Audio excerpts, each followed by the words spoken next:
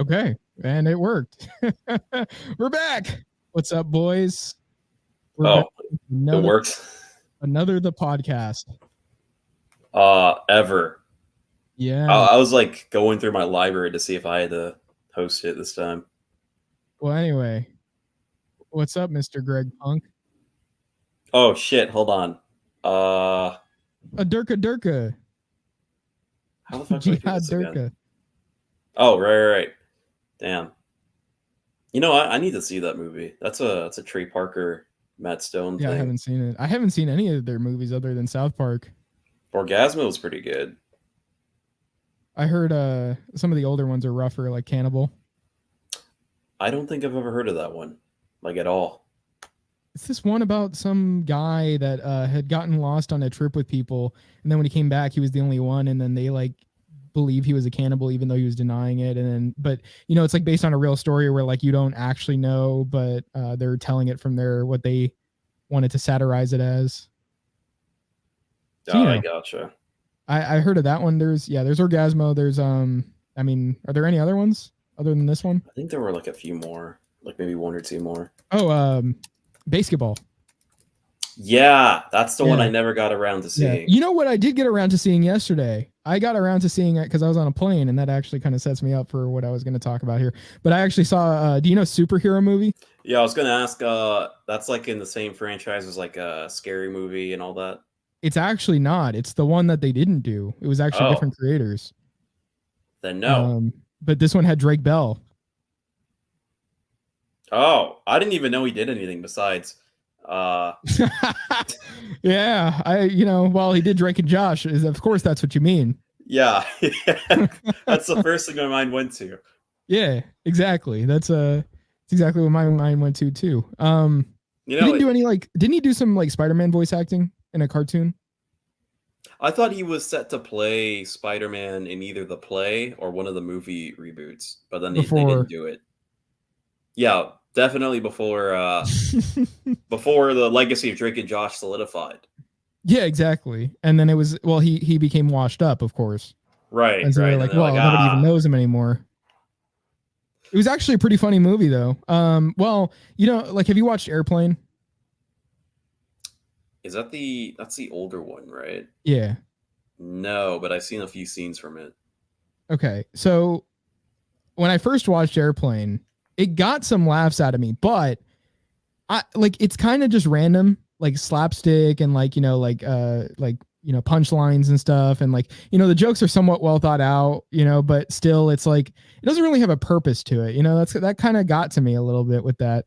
I guess there is like a story, but it's just kind of like you get kind of lost in it with just like all of the jokes. And that had this had a little bit of that too. There were moments I would say that, it actually did get me to laugh because, you think about the logic of the jokes and it's like, yeah, okay, I see what's happening here. Is it like the thing where the focus is so centered on the comedy and the jokes that the narrative or like any kind of story just kind of gets lost and you're basically watching like a joke reel? Well, see, that's the thing. That's how I felt when I watched Airplane. This one, I felt a little bit less. I actually did feel still like I was invested in the story, fortunately. So I actually did kind of like, I mean, I would rather watch this. Well, I haven't watched Airplane in a while, but I'm just saying like I enjoyed this one for what it was, aside from that getting a little bit to that. But it's still like what I watched a video essay about it, like a short, thing, like reviewing it. Cause I was like, you know what, let me collect my thoughts and then watch somebody else talk about it. Cause that's what I do. I like people talking about the stuff I talk about because it feels like I'm talking with somebody about it. You get to hear another perspective. And so, the guy he was talking about it, and he said like, well, the thing that's good about it compared to the other movies, because I haven't watched a lot of those. The movies. Yeah, exactly. That's what they are. He was saying that, well, the thing about those is like, they're just satirizing the movie itself. Like they're not actually like appreciating it or telling it a story, they're not really trying to be the movie itself. Like they're just trying to be a knockoff of it. Whereas this one, it's like, it's actually still supposed to be a superhero movie. Heavily influenced by Spider-Man, by the way. Like a lot of the story is Spider-Man, some Batman, and then like a little bit of like X-Men involved. which was like a very short period of the story. For some reason, just thrown in there for no reason, honestly. Kind of funny, I guess, but you know, I'll take it for what it was. It made me enjoy my flight home. So there you go. Your flight home from Canada. I went to Canada. The fact that you're going away from Canada would be enjoyable enough. Well, you don't know the half of it, Mr. Greg. I have quite the story to tell here.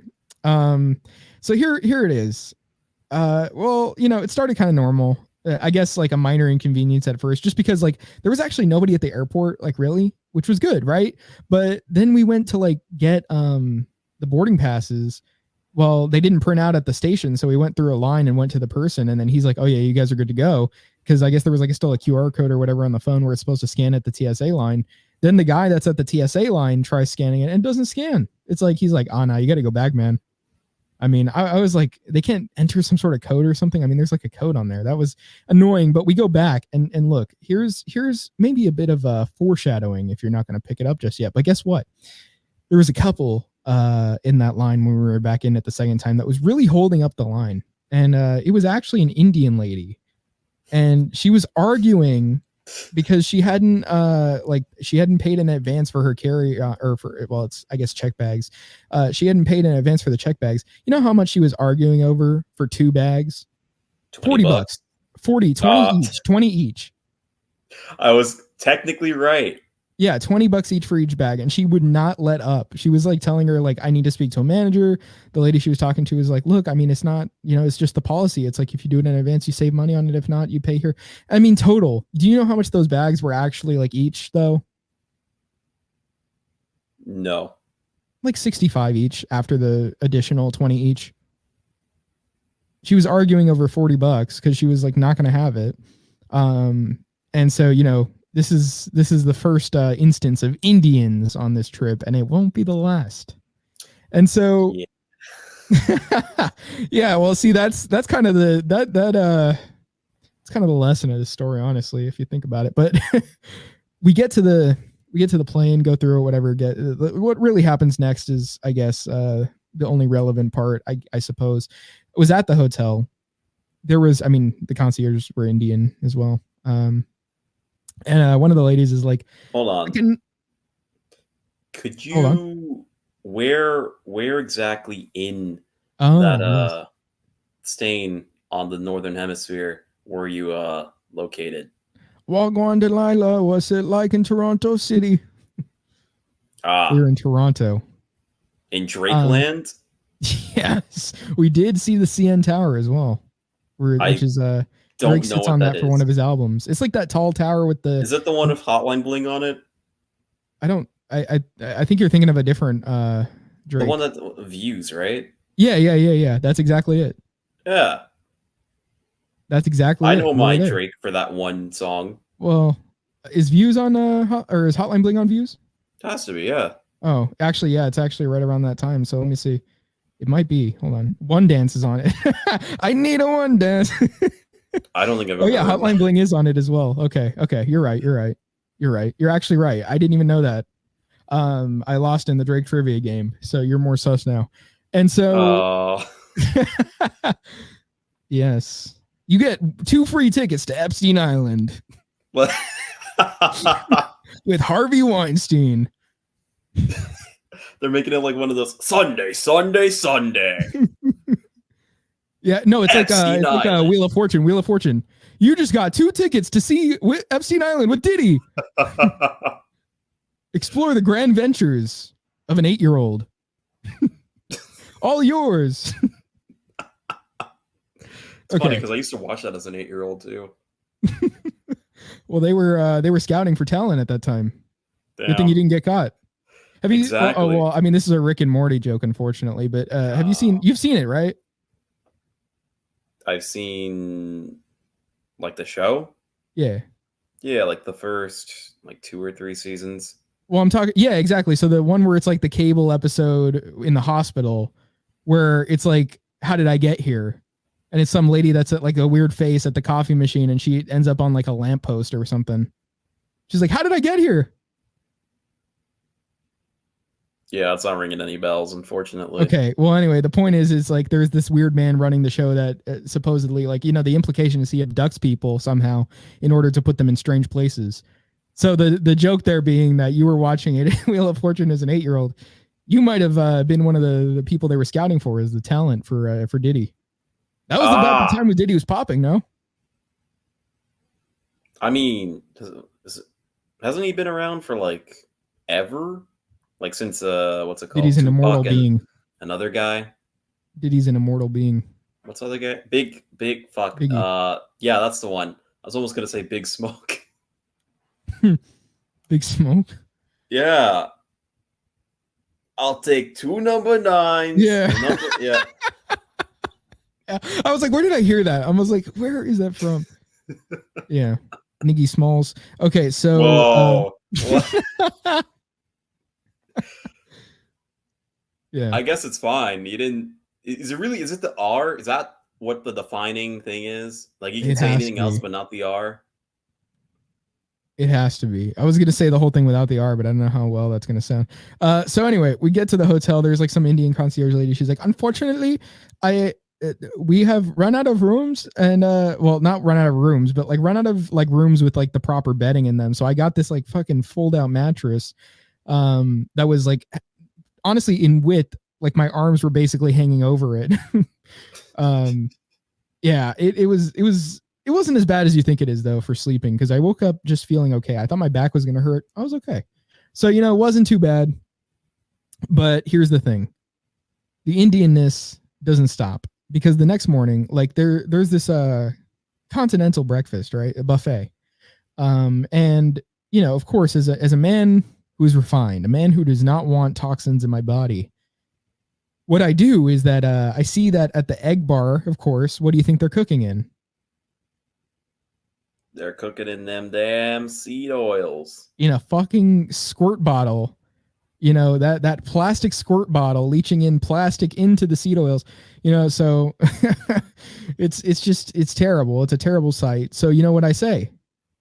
Because guess what? Like well, actually, my family was there with me, of course, because this is a family trip. And my dad, he's like, "Can you guys cook in butter?" Because he actually wanted butter too. He's, this guy doesn't like the omega-6 either. So he's, yeah. Well, he's, the omega-3, he's not red pilled on that, but the omega-6 he is. So at least there's that. Yeah. So he starts asking for it, and I guess the lady does do it, and I want it as well. And then at the end of it, it's like this Indian lady, right?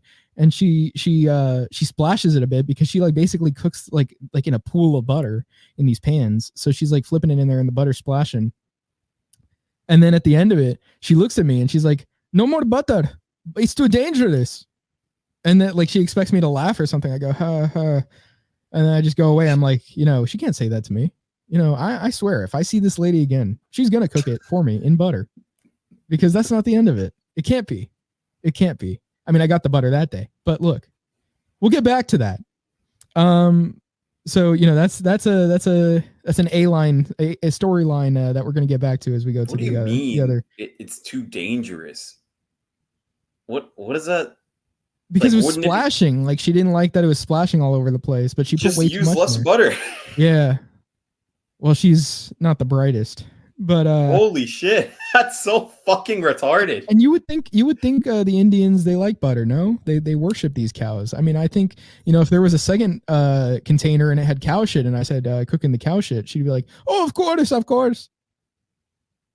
Yeah. You seen those videos? I've seen a video where a guy had it in his mouth, just like oh my god, I was scrolling on Reels one night. No, I mean, I don't know, maybe not. I was on Reels one night scrolling, and there was this guy that had fucking cow shit in his mouth, just like tubing it out of his mouth. You know what I mean? Like making a shape with it in his mouth. I was like so disgusted, dude. I was like, why am I seeing this? Why am I seeing this? This shouldn't be on here. For all that Reels has on it, this shouldn't be on here. There's a lot of stuff on Reels that I didn't even think was allowed. Yeah. I hope that stays that way, honestly. And so, the thing is here, we went on this bus tour, like around the city. Bus.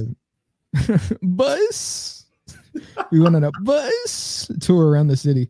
We went around it once, went around a second time. And so like we were getting off it because the whole point was to like, you know, actually see something other than just like be on the bus. And so like we we were getting off to go to there was like this square there, I forgot what it was called, but it's like these shops, and then there was like a city hall, and but we wanted something to eat, so we were like going around and we were looking for food.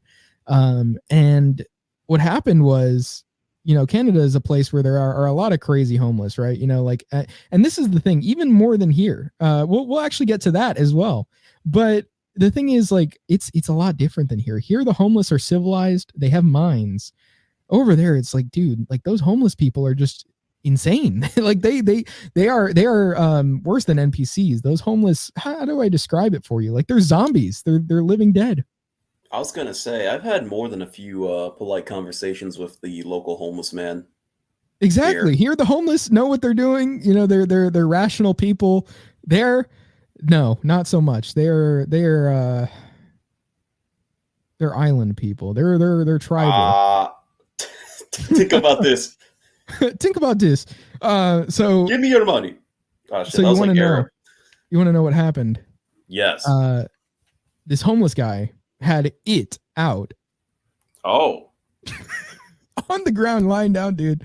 It was. See, I didn't even realize, but somebody pointed out to me, and I look over. I didn't even think like, okay, so I looked over because I was like, no way, like, you know.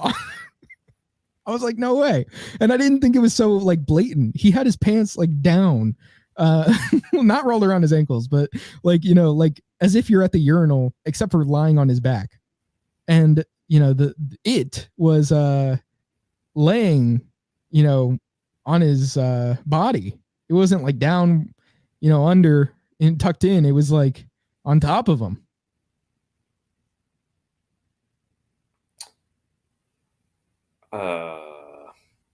You know, honestly, I think I might prefer the gypsies over that.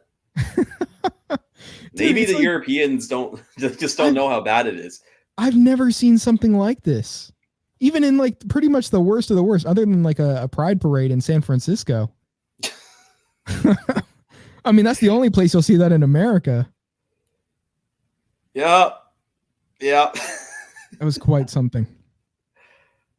Damn, and this was like in a public area, like a big, like, everybody was walking around. Kids could have been there. Damn. Yeah, if I were a kid, I'd have been like scarred for life. I mean, you could have just, you know, kicked it. Oh, yeah, no, I don't want to touch. Teach them a lesson. No, I think I'm okay. Just buy new shoes later. No, I think I'm okay. Here, I'm gonna open a Coke right now. I'm gonna get a drink going. I also have watermelon gelatin I made. I don't think I mentioned that last time because I made orange juice gelatin last time. Now I made watermelon juice. I mean, I took the watermelon, blended it, turned it into a juice, cooked it, 2 cups of it. Well, 4 cups actually, 2 tablespoons of gelatin, sugar, and it has eggshell powder now. I put some for some calcium because your boy needs some calcium. It's very thermogenic. Made it out of eggshells. Okay. So, gotta buy some gelatin. Yes, halal. So we went to a Turkish place to eat. Well, it wasn't bad. It wasn't bad. I'll be real. Those Turks, they weren't brown. I mean, they tend not to be. The ones that are smart enough to get out. So I mean, it wasn't. It was classy. You know, it was as classy as it could be for a Turkish restaurant. Okay. And, you know, honestly, I'll be real. One of the waitresses was pretty fine looking. I'm just going to say it. She was. I'm just going to say it, man. I'll be real. Maybe dabbling in the, it's not the dark, dabbling in the dirt a little bit. I was going to say dabbling in the bazaar. Dabbling in the bazaar, yeah. Can't be doing that, though. Can't be doing that. No. Don't do that. But, you know, let me tell you something about Toronto and Canada in general from the seeming nature of my experience. There were so many minorities. I mean, so many Indians too, and so many homeless. And so here's the thing. Here's another anecdote about a homeless, okay? And so the thing is, there was a homeless guy who had this like huge sandbag or like a pillow or something. Dude, he was lugging it. It had a chair on top of it. I don't know what it was, honestly. Maybe he was like sleeping on that thing, but it was huge, massive. He couldn't even lug it himself. So he's like at a crosswalk and he's just looking back at this Asian guy that's in front of us, and he's telling him, he's like cursing at him. He's just like, "You just gonna fucking stare at me? You'd help me." And the Asian guy is just like, so like, he's just looking over, but then he just looks away, and he just keeps walking. That guy does not want to help him because the Asians, they're a bit timid. They don't like. I mean, me personally, I probably wouldn't help them either. But I'm just saying, the Asian did look intimidated by it. You know what I'm saying? So,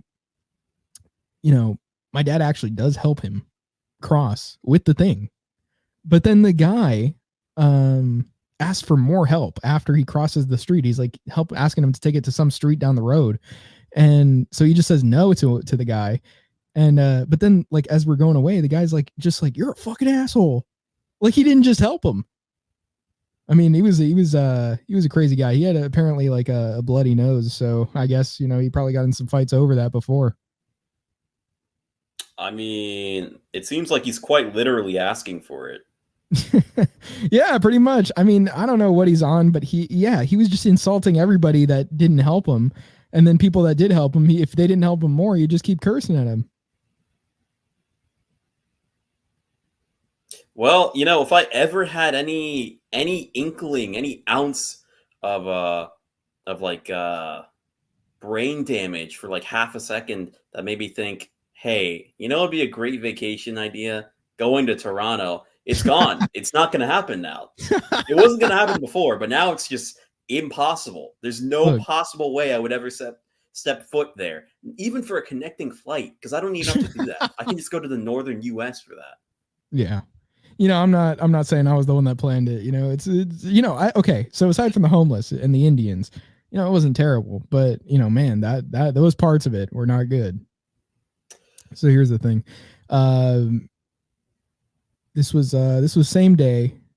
We were on the bus tour, like I was saying, but the problem was couldn't understand the bus announcers.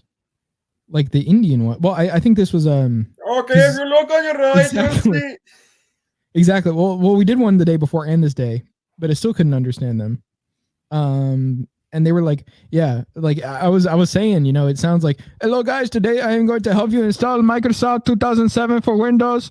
It's like you don't even hear that. Like, I couldn't even understand anything that I was being told. But eventually, I did get a guy who I actually could comprehend because he spoke good English, didn't have an accent, so thank goodness. They just need to hire more people like that. I don't know what inspires these people to hire unintelligible creatures. I'd imagine because of I don't know how it works in Canada, but I imagine it's probably like 10 times worse, but you probably need a certain quota of X amount type of people. So you're like, okay, just get on the job. I don't really care if you can do the job or not. I just need that break so the government isn't on my ass. Yeah. Mr. Justin, I'm looking at you. Yeah. Okay, so this day was actually the day we were going to Niagara.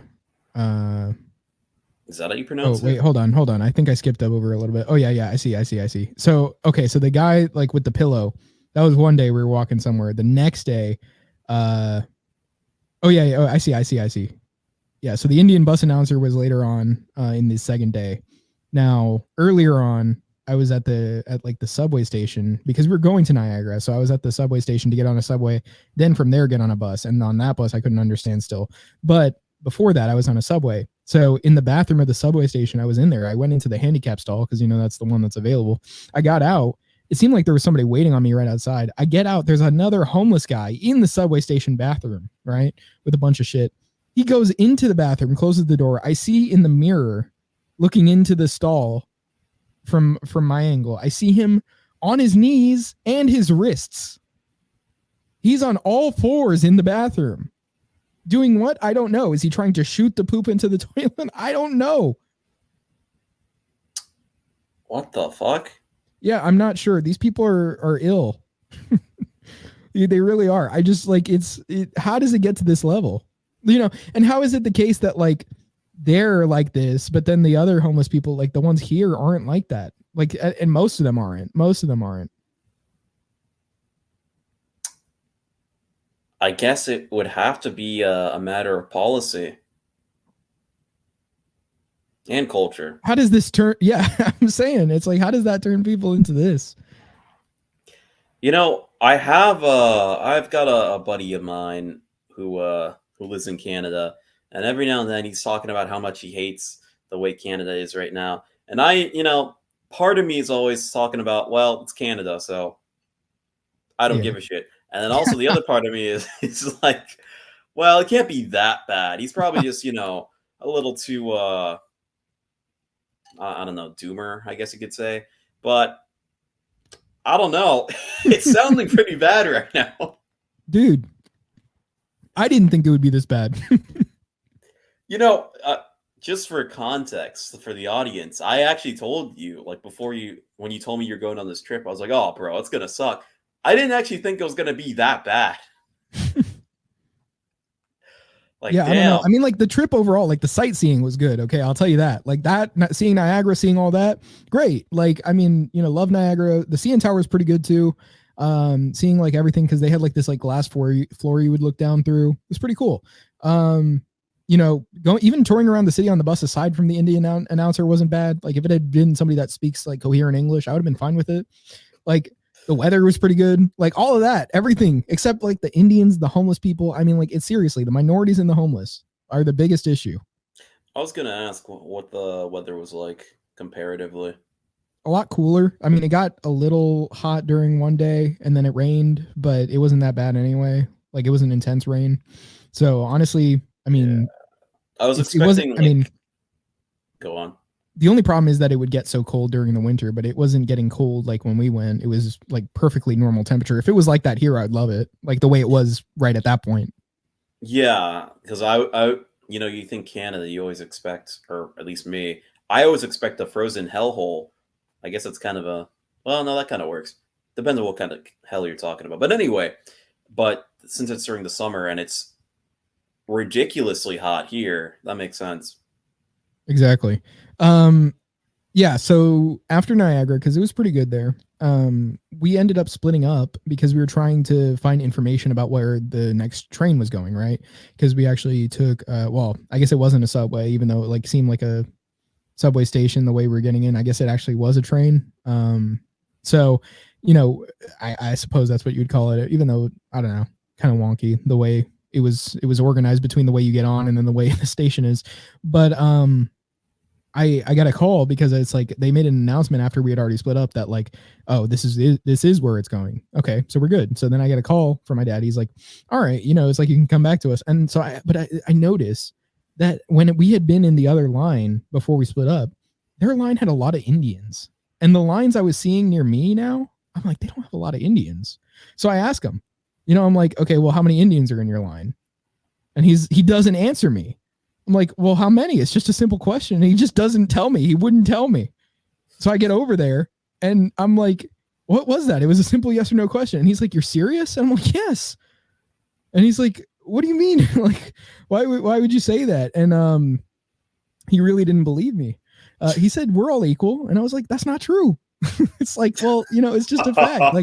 Like we don't sound equal. We don't smell equal. I mean, our cultures aren't equal. It's like, sir, I am no moral subjectivist.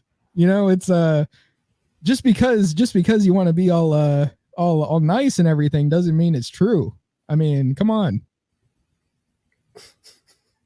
And the thing is I ended up kind of being right because we did get some Indians sitting near us and their kid like was just like going all over the place screaming. So we actually did end up moving. So look at who was right the whole time.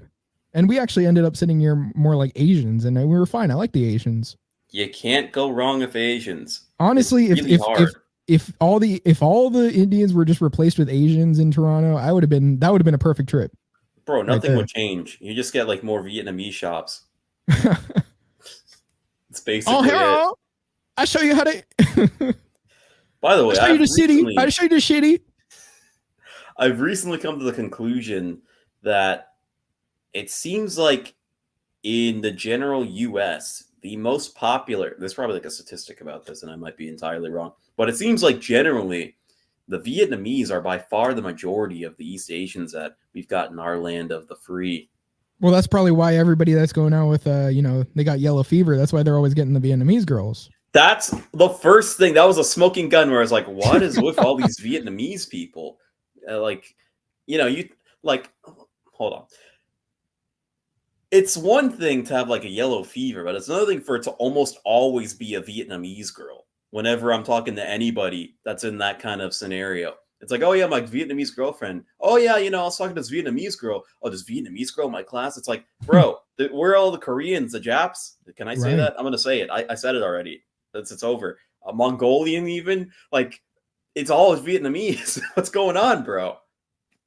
Well, why are there so many of them compared to the other Asians?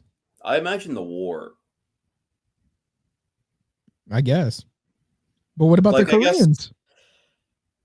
That's actually a good point. Well, see, the thing is, they won the war, so they're conquering us. Well, they're conquering us now. Oh, you mean the Vietnamese? Yeah. The Koreans did not win because they lost. Yeah. Well, I mean, technically, it's a ceasefire, but yeah, they lost.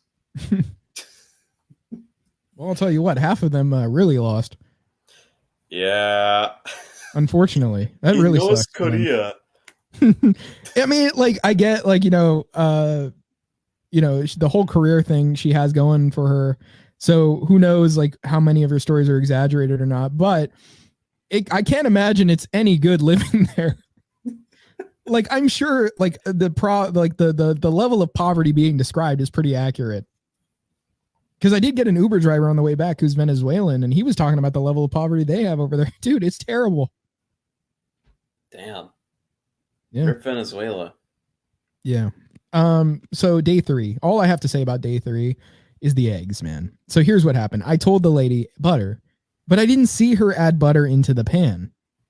And then so the problem was, I was like, oh, well, maybe that order's for someone else, because they were also doing room orders and like they were backed up a little bit on order. So I'm like, okay, well, maybe it's not my eggs. I'll just wait a second. Then she switches with a guy who starts cooking them. And I'm like, well, here's the problem now. I don't know if okay, hold on. Let me remember what I had with the eggs going on here, because I think day 2 I didn't see her, right? I didn't see her, and I got the Japanese guy. I think he was Japanese. Some sort of Asian. See? Some sort of Asian. I don't know if he was Japanese. He kind of looked like he could have been, but you got to get better at a I don't even know what you would call that, but there's a way you can tell. Identification. Yeah. He looked like he could have been Japanese, but I'm not too sure. He could have been Chinese, honestly. But and so that's really bad on my end to not be able to understand that. But here's the thing. I mean, he did look more Japanese. So here's the thing. On day 2, I actually got him. He did cook the butter, no problem. Day 3, I see her cooking. Then she switches with him, and then he puts the eggs on the plate and serves them to me. I'm like, oh, these are my eggs. So I didn't see him cooking butter. I was like, I'm not going to eat these eggs. So I switched with the with one of my family members who was after me. I was like, okay, well, here you go. Because I mean, I guess there was no problem on the other end of receiving those eggs, because I was like, these don't look butter cooked. They did look canola cooked. You can tell when they're butter versus canola cooked just by the look. Okay, well, I'm lacking on that then. I need to get my identification skills up with that. There's a picture that even Carnivore Aurelius posted it on his Twitter, where he shows the difference in the eggs, and I'm like, yeah, that actually does make sense, because like the canola ones do look a lot more like they have like this brown burn on them, as opposed to the butter ones, which will be a lot more like they're less likely to have that same brown burn. You're talking about fried or scrambled? Over easy. Oh, okay. Yeah, I don't think you can really tell scrambled. Yeah, I was gonna say, that's what I was thinking. I was like, damn, there's no way I'd be able to tell. Yeah, I unless you were some sort of refined expert. I mean, maybe you could identify it just based. I mean, you'd have to do it based on taste. I don't think you could do it based on look. Maybe. It was a cold summer.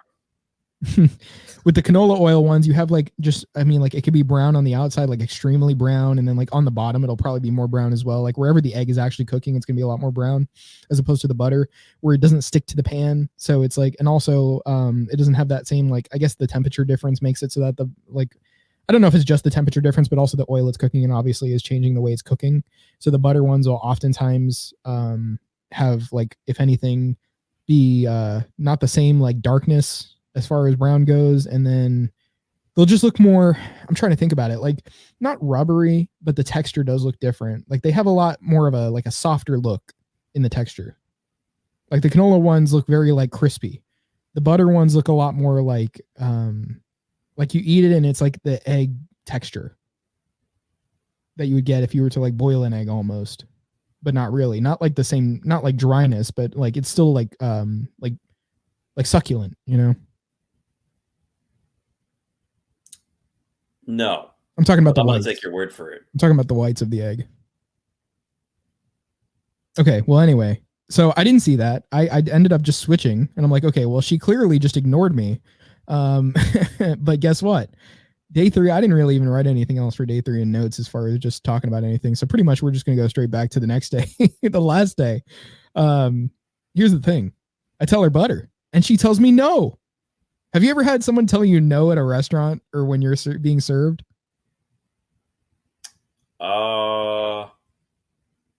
Not unless I like literally didn't have what I wanted. I know, but refusing to do something for you, refusing to cook it a certain way if they have the thing. I remember as a kid one time. I mean, this was, of course you're a kid, you eat whatever. I was at Olive Garden and I was getting French fries and they didn't have the French fries there, but apparently they had it at another location that they own like right next door. So the guy goes over to the place next door and gets the fries for me. Willing to go to another restaurant that is owned by them to get those fries. And this lady won't even cook in butter. And she's like, no butter. She's like, she basically just says like, it comes up, it like, she's talking about like in her eyes, like it gets in her glasses and all that. And it comes up and I'm like, I won't eat it without the butter. I just won't eat the eggs. I'm like, that guy knows how to do it. And I point to him and she had to call him over to actually make our eggs. Damn. Yeah. Damn. That's what I put her through because guess what? You can't refuse if you're the worker. You can't refuse customer service. If she would have refused flat out, you could tell the hotel and they'll give you probably some reimbursement or something and they might do some sort of action against her. So I'm just like, I'm not saying there's like a certain kind of connotation around certain people that come to a country from another country and, maybe their work ethic. I'm not saying that, but if I were to say that, like I wouldn't, if I knew somebody that was saying that, this probably wouldn't help somebody's argument that wasn't saying that. They're pretty much like the Mexicans of Canada. I should have played like work. Mexicans work. I should have played that song for her. Work. Mexican work. Wait, I've never heard that one. What the fuck? It's from South Park when Butters is like the last of the Mohicans. Oh shit! It's been so long since I've seen that one. Yeah, Mantequilla. Yeah, I remember. Viva Mantequilla. Okay, so one last story before I wrap up the trip. This was at the airport, and I just had to have one last experience with an Indian. Okay, like I'm telling you, it's like throughout the trip, there's just these Indian experiences that tell me, hey, it's not just one instance. Okay.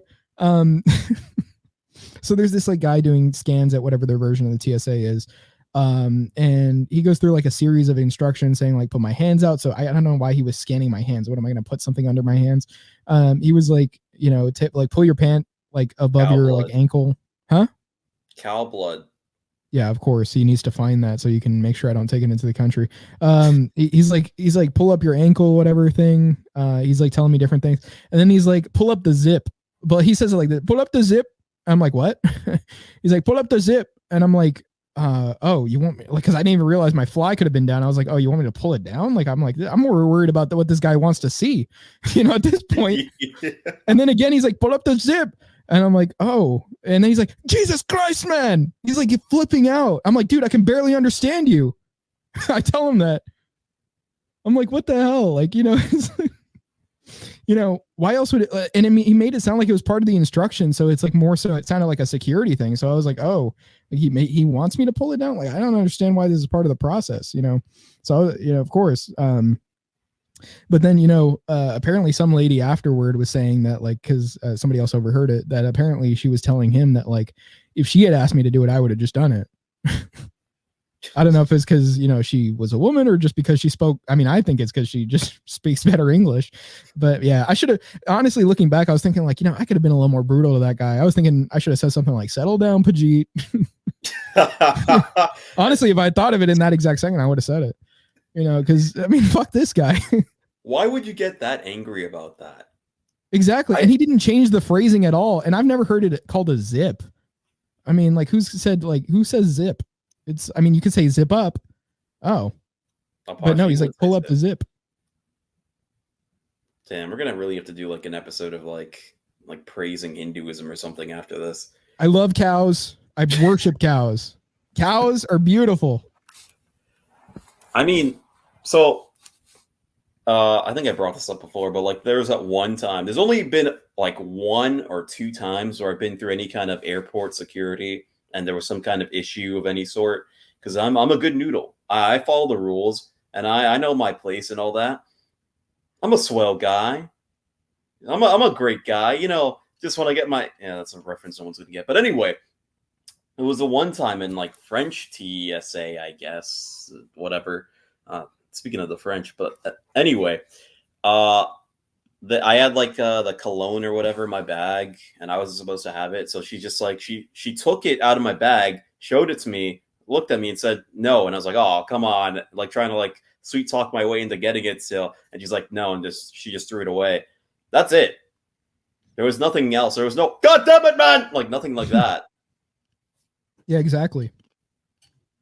Granted, there was like not a single Indian person there, so you know. He didn't change the phrasing or anything like that. He didn't say like it's down. He could have said those 2 words and I would have understood what he meant. Like it's already down 3 words. I could have understood. Like, but pull up the zip or like saying it 3 times in a row after I'm confused on what you want me to do because of the way you've been instructing me. It's like, okay, you know, this is exactly like the cop logic where it's like, you seen that video with that guy where they're basically playing Simon Says with him. And he's like on the ground and they're like, now crawl over. And then he's crawling over and they're like, don't move. And then they like actually shoot him over that. What the fuck? It's like some guy at his hotel, or I don't know. I don't remember the exact story of why, but yeah, they were giving him like these crazy instructions where it was like all contradictory. It was the same guy like telling him to do different things. And then when he started moving over because they told him to, he just started like unloading on him. Holy shit. Yeah. I mean, man, honestly, I remember Ignis, who was on the show prior, he told me about that. He's like, if that were me, I would just lie down on my back, put my hands on my head and say, come get me. Like, honestly. Shit. I'm fucking terrified now. Yeah, it's not even like, yeah, exactly. But you should see the video if you're already a little scared. Like, it's like fucking traffic stop level shit where they think you're like reaching for something and you're actually just getting the fucking, you're just getting your shit that they told you to just get. Oh man, maybe Europe is the answer. Shit. Yeah, well, they can't do that. They can't do that to you. To be fair, in Europe, they really can't. They don't even have guns. Yeah, actually, exactly. Hold on, that depends. Well, for the most part, you're okay. You're not gonna get get screwed like that. Like, yes, there are. I mean, you'll get sent to prison for a lot more stuff, but you know, I mean, you'll be alive.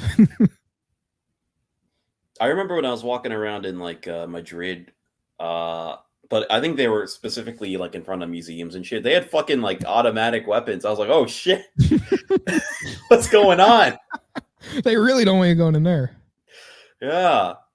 But like you'll never see them use it. I think like there's probably some rule in place where they can't even use it unless like you meet like a certain level of probably. You know, yeah. But like over here, like I mean, I'm not against gun laws and shit like that, but goddamn, I've seen like so many videos of usually female. You mean you're not in favor of gun laws? What? You mean you're not in favor of gun laws? Yeah, that's what you're like. I'm not against gun laws. Oh shit! Yeah, yeah. That is. I could tell you didn't mean it that way. I'm not opposed to your right to protect yourself. However, I'm a little skeptical of like getting confronted by a female mostly police officer that's armed and has basically a license to kill. Well, didn't you see that video where like the acorn fell on the car when they had a guy in the back that they arrested? And he's like, shots fired. And he starts unloading into his own car with the guy in it. No. I heard about that. I kept hearing about it for like a month, but I never actually saw the video. And then there was like a second guy. I think it was the second guy who said this, where he was like rolling over. I guess he like rolled onto a pebble or something. I can't remember exactly, but he's like, I'm hit. Bro, Like, that can't be here, right? Yeah, Right? well, I don't know about Florida, but it is the United States. I mean, I've never like all the times I've ever been in like a police situation here, it's always been pretty cordial. I had one that insulted me one time over my ability to follow the speed limit, but aside from that, like, I mean, I think how many other times It's have I literally been? everybody though. Like I I think I've was only literally been. just talking to somebody about how like if somebody goes a speed limit here, it slows down traffic so much because everybody goes 20 or 30 over the speed limit by Right. default anyway. Exactly. The only I don't know if I've only been pulled over twice. I can't remember any other times, but yeah, the other time was pretty cordial. It was just because my lights weren't on and I was pulling right out of the gas station. I had just forgotten to turn them back on. So the guy pulled me over immediately and I was like, oh shit. And I didn't realize. And I'm like, oh yeah, my fault. I just turned them back on. I'm like, okay. Understandable. You know, I don't want to hit anybody. But yeah, that first time was just like fucking like Jesus, man. This guy, you know, just what an asshole. The other guy was like, okay, whatever. Yeah. So that pretty much wraps up my trip. Honestly, I mean, I saw Niagara Falls, which was I think that was probably one of the highlights. Honestly, like getting we had raincoats. You know, I was gonna say we got soaked. Pause. You know, Yeah. It's a but heavy pause. it was pretty cool. Seeing it from like down below, like you know, right nearby it. It wasn't just like from above. Pause.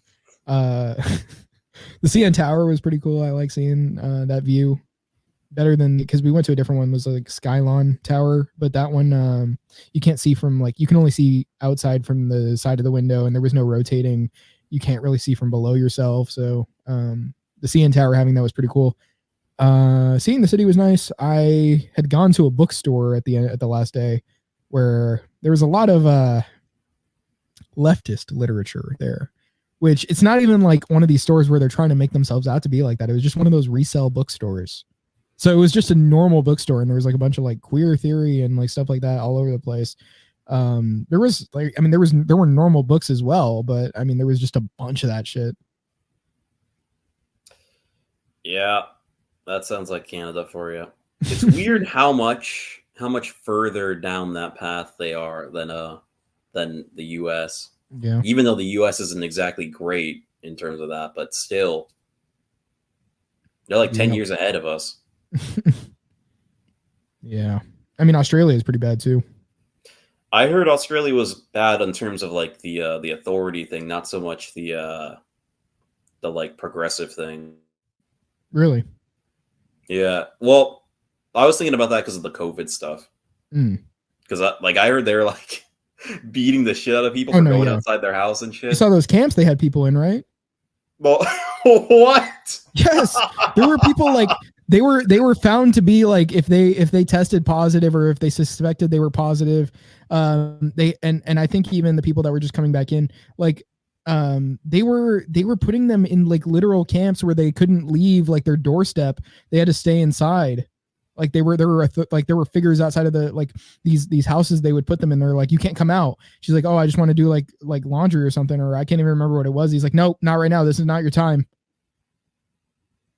So they would confine you in a space. How would you not? How you would have to try not to find a certain comparison with a 1900s group of people with that kind of thing. Like, I mean, it's like all right there.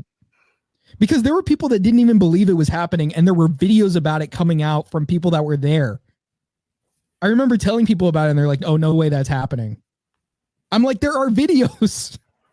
Let's see. Jesus and there are still people that don't believe it happened. I remember there was like a comment section where somebody was talking about it. Somebody's like, "Oh, that never happened." Bro.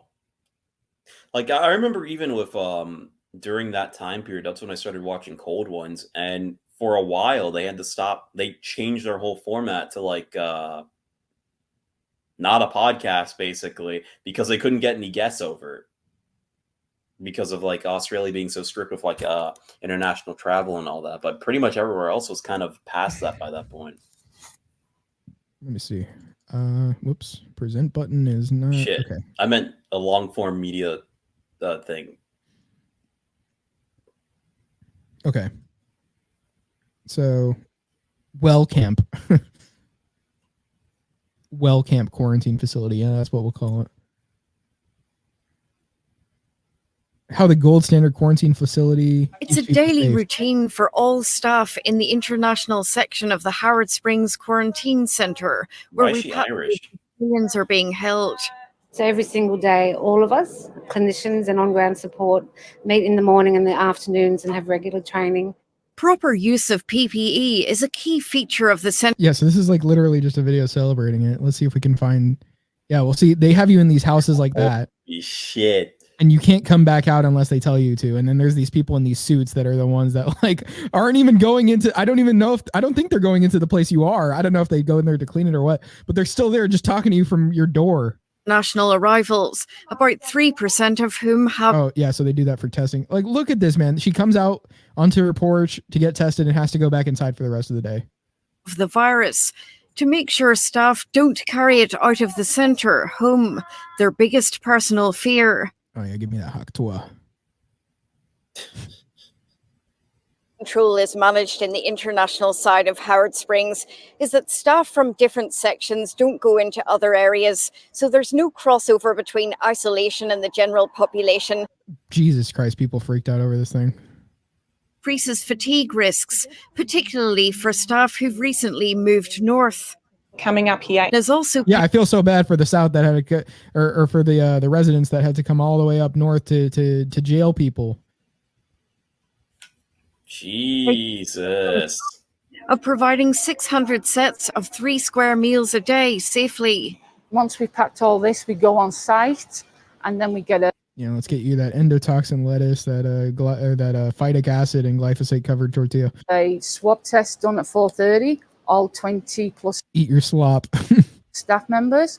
And then we come back to get the hot food from the kitchen. It's a set of systems all the staff here hope. Yeah, look at this. They have to wear masks and face shields to walk around. Will withstand a constantly evolving threat. It's like it's as if like they're these people are carrying the plague or something. Let's see, because there was a lady that actually talked about being there. I don't know if I can say that. What? You're not allowed to talk about the infection itself in a critical lens.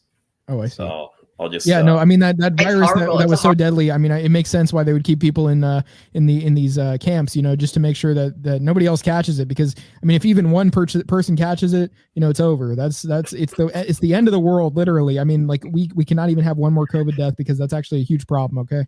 It's like that one scene that they were making fun of in the Batman v Superman thing, where if there's even a 1% chance that he's our enemy, we need to take that as an absolute certain, like that. But there's even a 1% chance that, but there wasn't a chance though, because it obviously happened. If one person getting COVID destroys an entire neighborhood to the point of borderline irrecoverable damage. So I understand why the mask mandates were put in place, and I would never question the authorities on medicine, who very clearly have spent their lives getting to know this, so me, a common folks person, doesn't have to die because I'm just simply unaware of basic science. Yeah, we simply lack the knowledge to even know what this virus could even do to a person, aside from what these people are telling us it can do to people, which is obviously a terrible thing. Obviously we're just not in a position of expertise. We need to trust the authorities about their knowledge. The science is created by these people. It's not created from anything we research. It's only created in a lab. It's created in a lab. That's what the science is created in a lab. It's created. It's created in a lab by people who want our best interest, so that they can tell us exactly how to do things, and tell us how to live our lives, because that is what's best for us. Yup. You feel like you're in prison. You feel like you've done something wrong. It's inhumane what they're doing. You are. Yeah. So this was a lady who came out, about the internment camp, as they are, because if you were to put somebody in a location and say this person cannot leave this spot, is this person not in an internment camp? So small. You are being interned. Yeah. Well, so there you go. So I don't think there's anything I guess, inflammatory to say, regarding that terminology. I mean, that is just accurate description. Unless you start making comparisons to like maybe the Japanese. Oh, but I wouldn't do that. Not the Jays.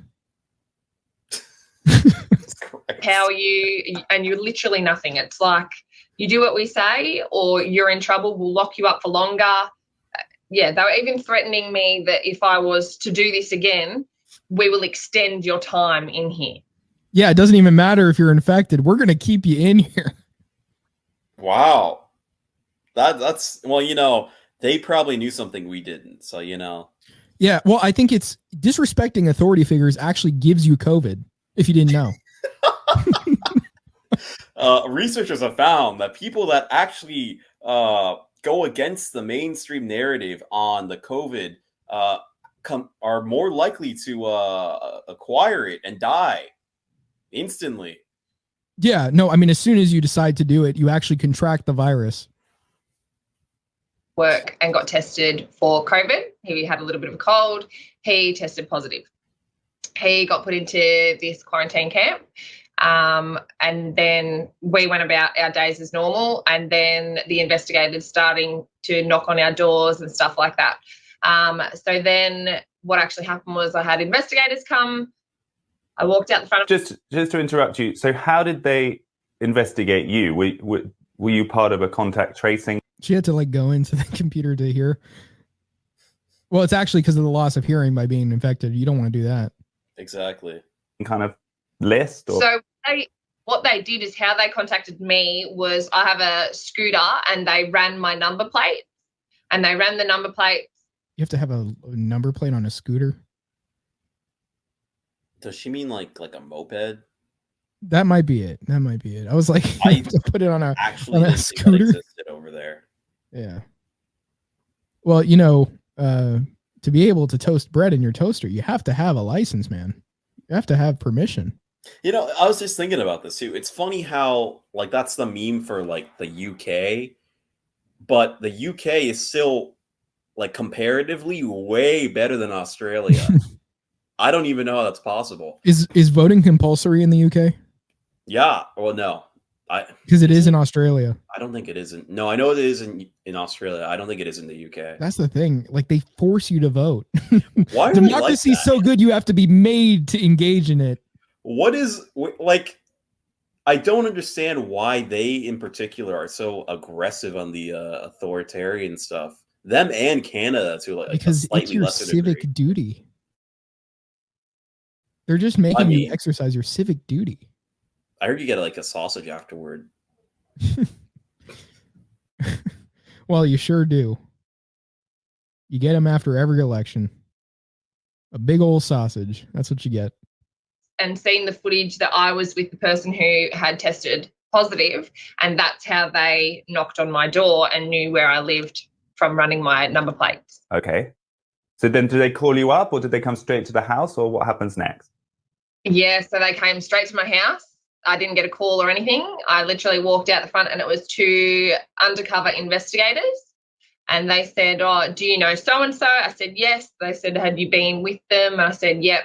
I told them my whereabouts, where I'd been, everything like that. And they said, "No worries." And they said, "Had you had a COVID test done?" I said, "Yes, I had."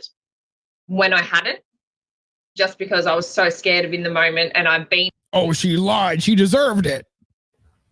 ...into one of these quarantine camps before, only... Yeah, liar, pants on fire. Literally a month before this, so I know what it was like. I was just really scared. It was just a horrible position to be in, and I just lied and said, "Look, yeah, I have." When I had. I mean, I would too. I don't want them taking me away. For real. They said, they drove off. About 5 minutes later, they called me and they said, "We've tried to check the system and your name's nowhere. We can't find you." And I said, "Look, I've lied to you. I'm completely sorry. I'm so apologetic. You shouldn't have said that. I'm scared. I don't want to, this is just such a scary thing." And they said, "Yep, righto, stay there. Someone's going to come and test you." I said, "All right." So I stayed there and I just waited for someone to come and test me. No one came to test me. The next people who rocked up at my house were two other police officers. They blocked my driveway. These are actually uniformed police officers, normal police officers. Yep. So then the police officers blocked my driveway. I walked out and I said, what's going on? Are you guys testing me for COVID? What's happening? They said, no, you're getting taken away and you have no choice. You're going to Howard Springs. You either come with us now and we'll put you in the back of the divvy van, or you can have a choice to get a COVID cab. So COVID cab? I think she said camp. Or wait, no, maybe she did say cab. What the fuck is the difference? It's yeah. It's like the cash cab. It's like, welcome to the COVID cab, where you have to answer all the questions correct. If you get 3 strikes, you're sent to the camp. Yeah. So, I mean, they're just asking you trivia questions in order to make you avoid the COVID camp.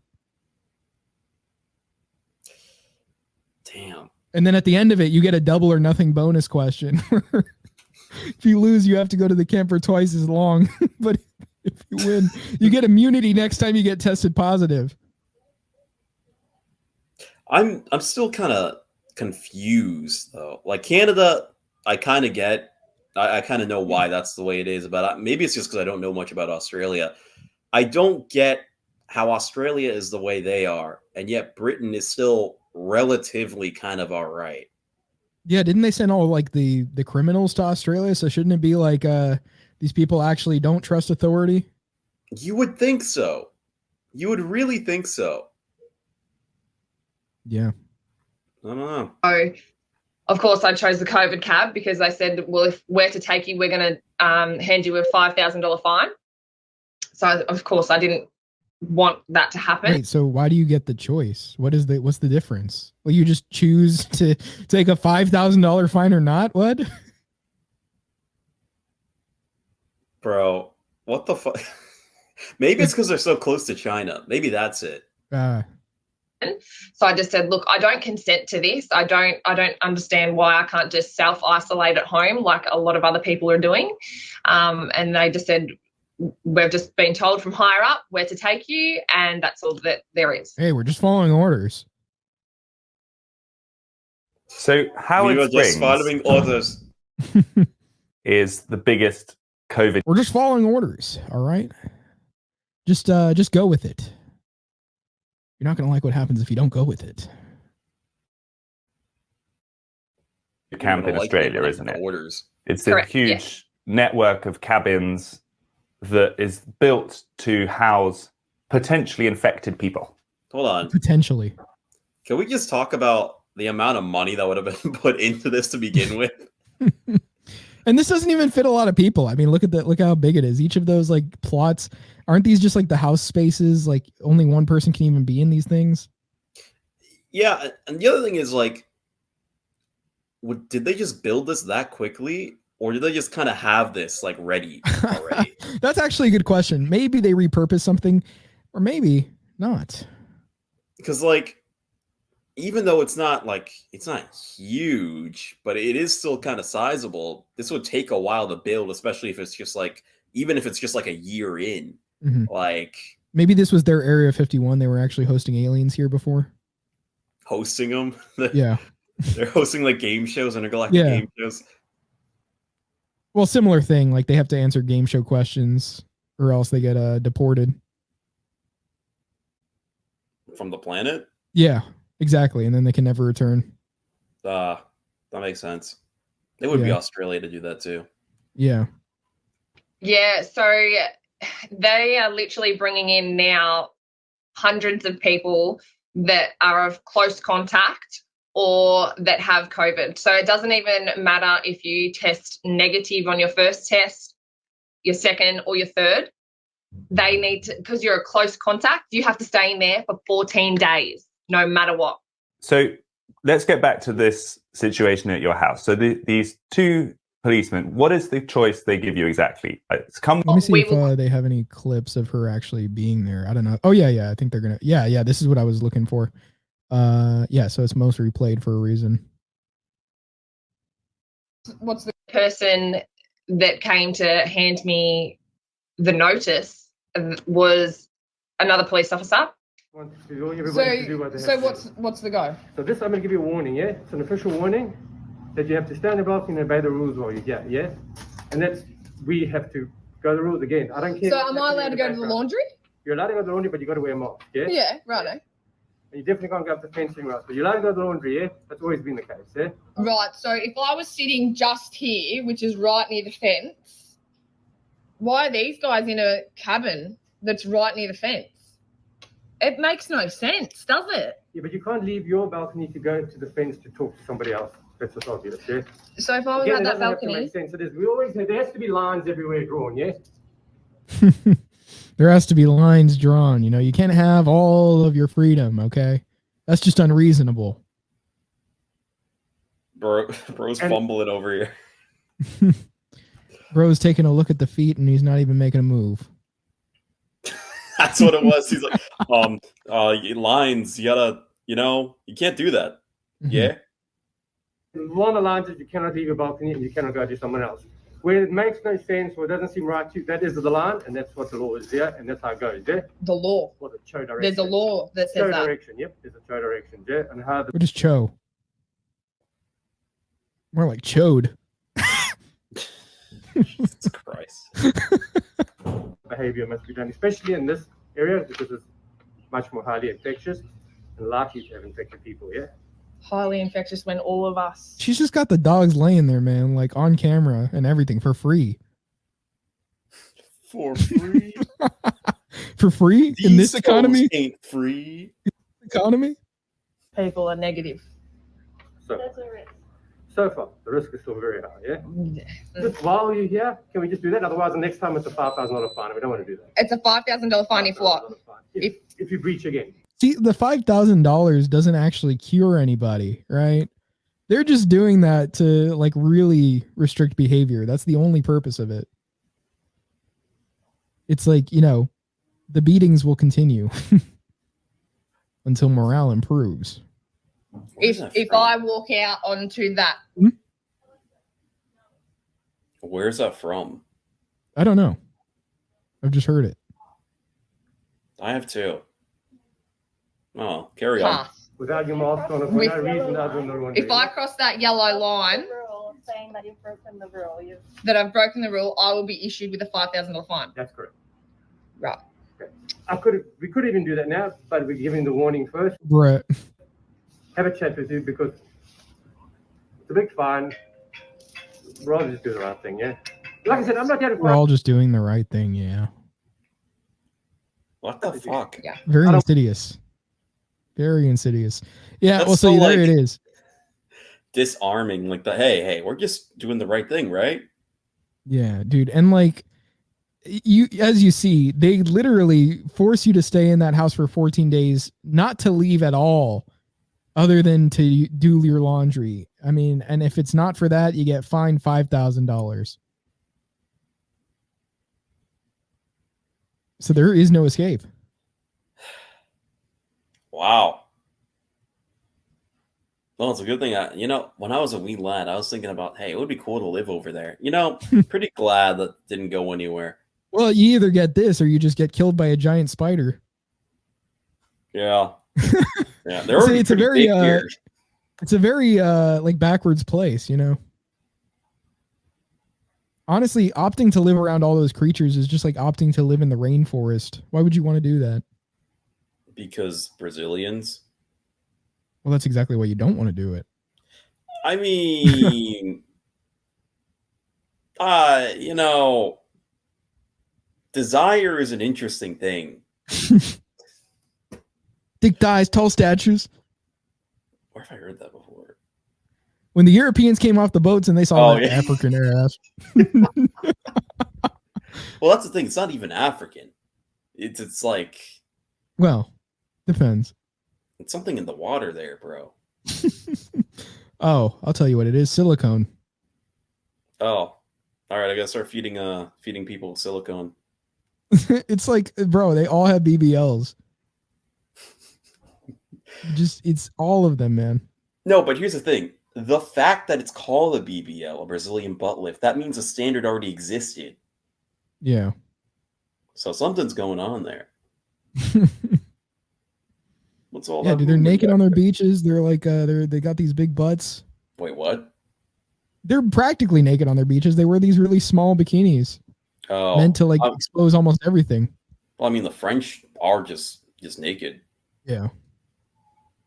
They don't even really have much to show, though. Oui, oui. It's nothing like a naked cigarette. He's no baguette.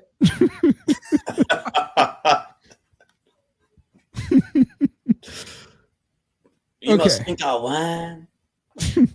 So, Mr. Greg, it seems like you have some other stuff you wanted to bring up. Not really. There was one thing, Mr. Greg. Oh, there was wait, are you thing. talking about the hair thing? Yes, the hair. Oh, wait. Okay, before that, just a tip for you guys. You know, when you're cooking your potatoes, and you know, I know you guys are cooking in coconut oil and or tallow. Of course. But some cane sugar with the salt goes miles, bro. You know, I really am surprised I hadn't thought of that. Right? I just thought of it today, and I was like, why have I not thought of this before? This is amazing. Yeah. If only there were a way to do like powdered sugar without the cornstarch. I think you want the cane sugar for that, actually, because you want that crunch still. Mm. So it goes in with like the salt and like the actual crunch of the fry. Well, I was thinking more like a funnel cake, you know? Like a potato funnel cake? Yeah, like a funnel cake taste on the potatoes. You know, it's a classic taste. What I did do this morning was masa harina pancakes. So I mean, and honestly, I really haven't been loving the coconut flour just because the things I make from it aren't necessarily like a lot of things aren't great. There were some things. I made like a bread where I ended up trying to make a stuffing out of it, but instead I made this like crumble that I could actually just put in stuff like other food. And it wasn't too bad, but I made some cookies that were like kind of dry and like, I don't know, just haven't been loving it. And also it hasn't been the best because I think the amount of fiber has been giving me digestive issues, which also I found out that apple juice, in fact, was giving me digestive issues as well, which it could be the fiber. It could be the sugar alcohols, or it could be the pectin. I don't know, something going on there, but basically apple juice is kind of a no-go for me. It seems like my main ones are watermelon juice, coconut water, orange juice, lemonade. Like those all do really well. But some of the ones like the cranberry apple, like dragon fruit, like eating dragon fruit is like just laxative for me. Stuff like that is just not doing as well. So I don't know. I mean, I'm happy with the ones that I can do. Though the thing is, I did read about somebody getting brain fog from orange juice due to how much it lowered cortisol. Which is potential, like if I'm drinking a shit ton of it, though I don't know. I think that varies. Lowered cortisol? It lowers cortisol, yeah. To an extent that stress is just so low that he was dealing with like brain fog symptoms that he just didn't really, like there was no stress keeping him going at all, I suppose. Wouldn't that only be an issue if you require the stress to keep going? You know, I don't know, because like if you wipe it out completely, then you have like none to go off of, even if you're just to use some of it, because I guess like, I mean, unless your thyroid function is just that good that it's just always up, I suppose it wouldn't be too much of an issue, just as a thought. Yeah, I would think if you have like a high enough T level and you're metabolically like stunning, it shouldn't be that much of a deterrent to your overall functionality, really. Yeah, I'm not too sure, but I don't know. I need to make sure that it's not happening to me like that, because I'm not exactly sure where I'm at with that. So I just need to watch it. But I have drank a lot of orange juice in the past few days, especially on the trip, and I was fine. So I mean, I drank like I don't know how much it was, if it was like half a liter or what, but it's like these big like jugs that I was drinking. And I was fine on those. The potassium kind of gives me like a sodium imbalance if I drink way too much too quick. So that could be a thing, but you know, honestly, it wasn't too much of a problem. Yeah, I just didn't have much salt access to it. Yeah, it's a little harder on vacation, but and especially good quality salt. But not if it's a permanent vacation. Now, what I did have was bugles, so I could eat those, and that helped with the salt balance. Honestly, they have bugles in Canada. Oh, I brought them with me. Brought a family size bag that I was eating throughout. Surprised they didn't beat you to the ground for having contraband. No, I took bugles. I took raisins. What else did I take? I took a coconut. No, I didn't take a coconut. Yeah, I just bought coconut water there, orange juice. I'm trying to remember what other snack. Oh yeah, I guess I just bought some dates there, but they were like California dates, so they were okay. Not as good as the Medjool. But yeah, what was I saying? Oh yeah, so it's brewed in California. So it looks like I'm tolerating masa harina really well, just because I mean I've had the tortilla shells, I've had like my own like homemade pancakes on it, which were really good. And honestly, as far as gluten-free pancakes go, I think that has to be either like I think probably number one, honestly, for me, just because of how good they were. I sent the recipe. The egg and banana ones. Yeah, honestly, I stopped liking those as much. I remember eating them one night that I started getting a fever. I don't think it's from the bananas, but it's just the association is part of it. But also, I don't know. I just haven't liked the taste of bananas. I kind of got like a little sick of them personally. Bruh. So I'm just not. I'm not loving it. With the bananas, but I think those would probably be like. If I were to eat pancakes, honestly, those would those would rank pretty low at this point, just because of my taste.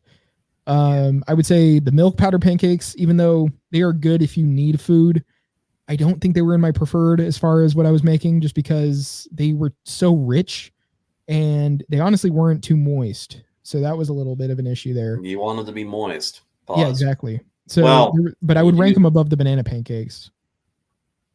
And that's what, the nixtamalized corn flour? Yeah, masa harina. And then I had ones, like I've tried some before that were from King Arthur. The problem with those is they had xanthan gum, and also King Arthur. Yeah, there's like a brand. But then also like they were using brown rice flour, and I don't really want to eat that. So yeah, you really don't. Exactly, but I've tried it, and those were pretty good tasting. I mean, they were good tasting, and the ingredients weren't like atrocious, but it's not great to have brown rice flour. So I don't even know where I'd put them in the ranking. As far as taste, they're pretty high up. As far as actual quality, probably around the bananas pancakes. I would say. What? How much does it taste like a tortilla at all? Which one? The corn. No, it doesn't. Because it includes like a lot of other stuff. Like it does taste like arepas. I know about them. I've never had one though. Okay, well, it doesn't taste exactly like that. But no, okay, I was thinking of empanadas. No, I've not. It's not even like. Imagine a sweeter cornbread.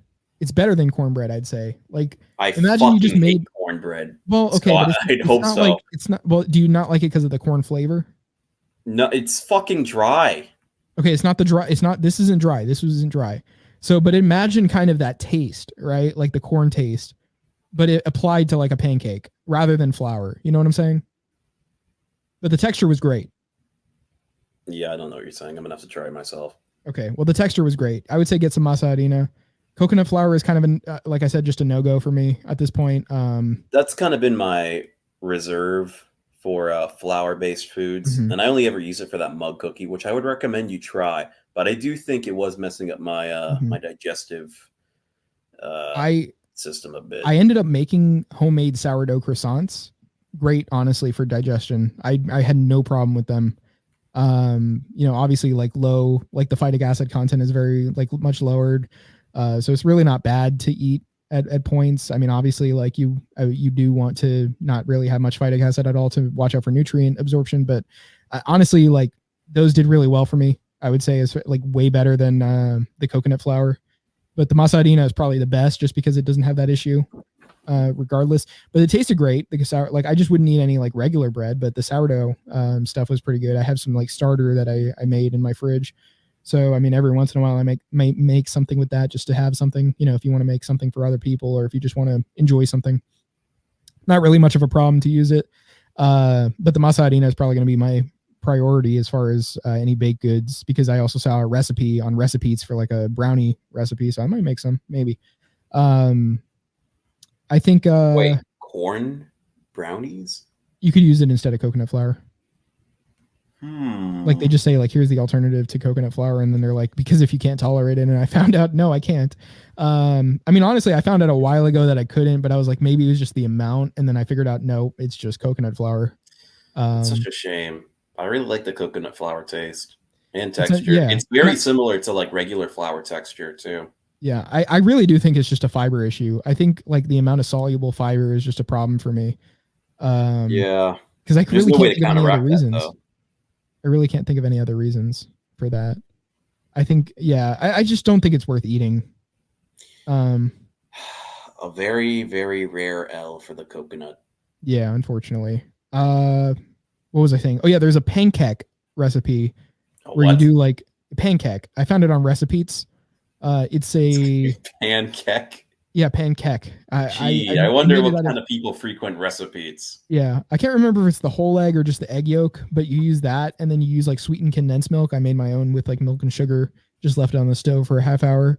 And then I can't remember if there was additional sugar in it or if there was something else. But point being is I really like those. I think those rank pretty high, but they were really thin. They're not like the pancake texture. They're like this like almost crepe like thing, but you're eating it as a pancake. That's how my banana pancakes came out pretty much every time. They're more like crepes and pancakes. But I would say this is a lot better recipe than the banana pancakes personally. I like crepes more than pancakes anyway, so I mean, yeah. I think you could just make a crepe out of that recipe, honestly. Just make like one big thing and then just like flip it properly or make it. I don't really think a crepe maker is practical just because probably a lot of them are nonstick. But honestly, the masa harina pancakes, I honestly, reviewing all the pancakes I've had, I would say that's the best recipe. I just used coconut oil in the actual recipe. Let me see. I think it was like, I don't know if it was food.com or what, because they just say I don't know, it was like tablespoon or teaspoon or something of oil. Like, I'm not about to fucking vegetable oil in this. They just say oil. So it was, yeah, food.com/recipe masa harina pancakes. Yeah. It's pretty good. How much how like pricey is it? I honestly don't even know. I didn't buy it. Wow. Freeloader. Privileged. Yeah, but it's really good, man. I'm probably gonna make it consistently for breakfast, honestly, just of how easy it was as well. Like, it doesn't take long because you just prepare them. And I mean, the amount they give you is probably like a couple batches, and each side only needs about 2 minutes. So the whole thing takes me like 15 minutes to do. Probably. Damn. I actually do need something like, well, I don't know. The sugar would probably balance it out anyway. Because what I do is, because I don't have time to make shit a lot of the time now, is I'll have a glass of milk with a ton of sugar in it and maybe a teaspoon of honey. And if I have a fruit, I'll eat that. And that's it for breakfast. Yeah. I've also been I've still been on like the low protein, which I felt good on it. And I don't know. I think body composition has been better since knocking down protein. I kind of go back and forth on it. I'll eat, basically, if I feel really hungry, I'll eat the protein. But generally, I try to push it towards the end of the day, like that one fellow was talking about. Yeah. But at the same time, I know Danny Roddy was saying it can be a problem for sleep if you're doing it like right before bed. Yeah, I am doing that a lot. And it has been affecting my sleep, as I mentioned prior. Yeah, he was saying specifically beef as well. I mean, the issue is my time is kind of variable. Yeah. So I literally can't really afford to like eat like 2 or 3 hours before bed at this point. Well, I guess not literally. Figuratively? I don't usually eat the protein in the morning, but if it's like midday, I might eat some of a meal, though I usually do reserve it for the evening, like the big share of it, just because obviously it's going to slow things down a bit. I want things to be fast throughout the day. Damn, but I had beef yesterday too. I had beef yesterday. Oh, yeah, I had beef jerky yesterday because I didn't really have access to any other beef. L. Well, I guess W. Yeah. But honestly, the collagen or gelatin, I really do like as a jello. I think it's a really good, like, it's honestly the best way of consuming it. And I mean, I'm getting a lot more than I would otherwise. So really good. Do recommend. Yeah, I was trying to find alternative ways to get protein besides beef and eggs because lamb and you do want to balance out the protein anyway with the gelatin. Yeah, I kind of got around that by eating pretty much exclusively ground beef whenever I did eat beef. But I would like something like, I don't know, like a marshmallow or something where I can kind of just snack on it. Pause. Right. Yeah. So anyway, I think that concludes our talk on that. What were you saying about there was a video on baldness that you wanted to show? No, it's just a reel that Mr. John sent me. Were we going to pull it up? I mean, it was a meme. It wasn't really anything like informative. It was just some black guy getting a haircut, and the caption was like, "When your balding friend is like in denial or something like that," and the barber's just like, "Nah, bro, just shave it off," and then they that's it. We got to go bald.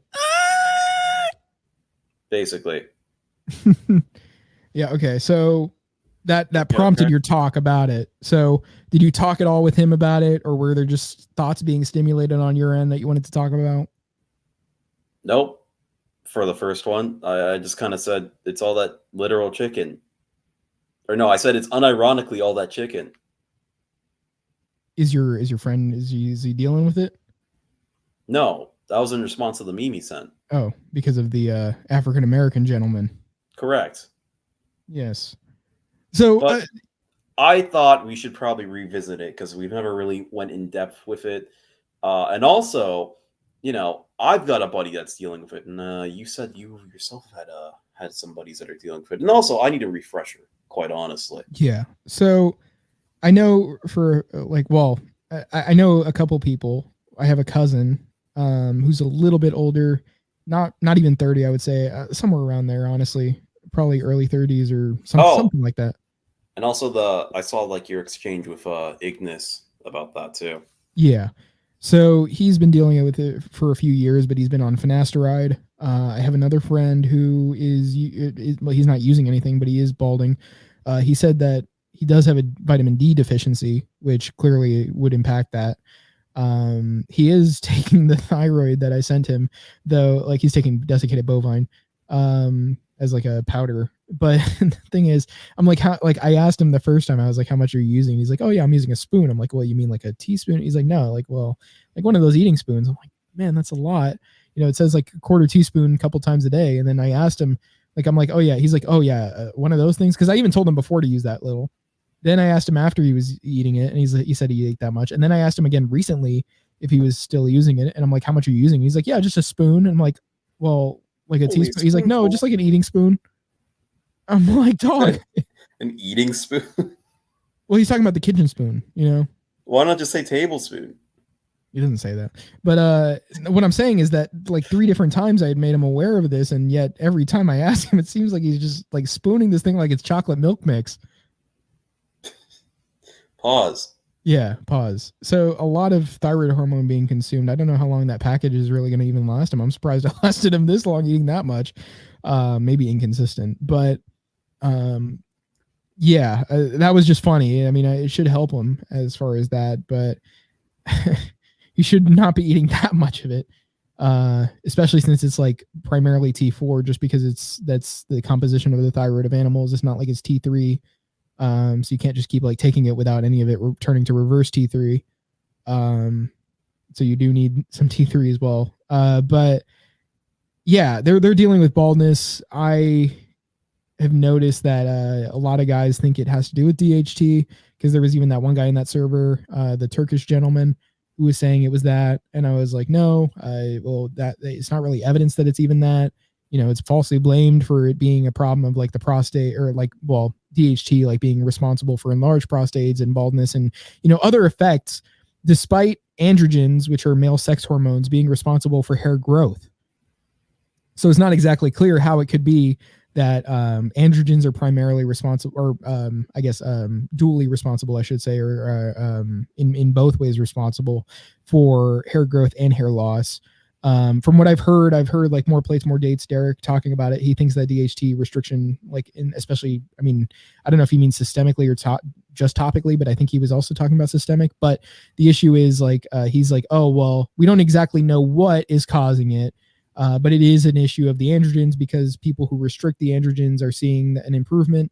The problem with that is that, if you can't really identify the mechanism, how do you know it is those hormones? And also, there are men who, not even that there are men, but I guess out of the people that have taken the drugs in the first place, it's working in the first year for less than half of them. So if it really was the case that this was primarily for most men a problem of androgens, why would it be the case that not all men are even seeing results? I think it does slightly improve in the second year for the men seeing results from it. But I mean, that doesn't really, I don't even know if that includes the other factors that they would necessarily like probably be implementing to their lives to try and reduce it. I mean, trying to focus on their health in other ways to try and get things working again, doing other methods. I mean, I would need to see if that is even something that, like, you know, they're not doing anything different.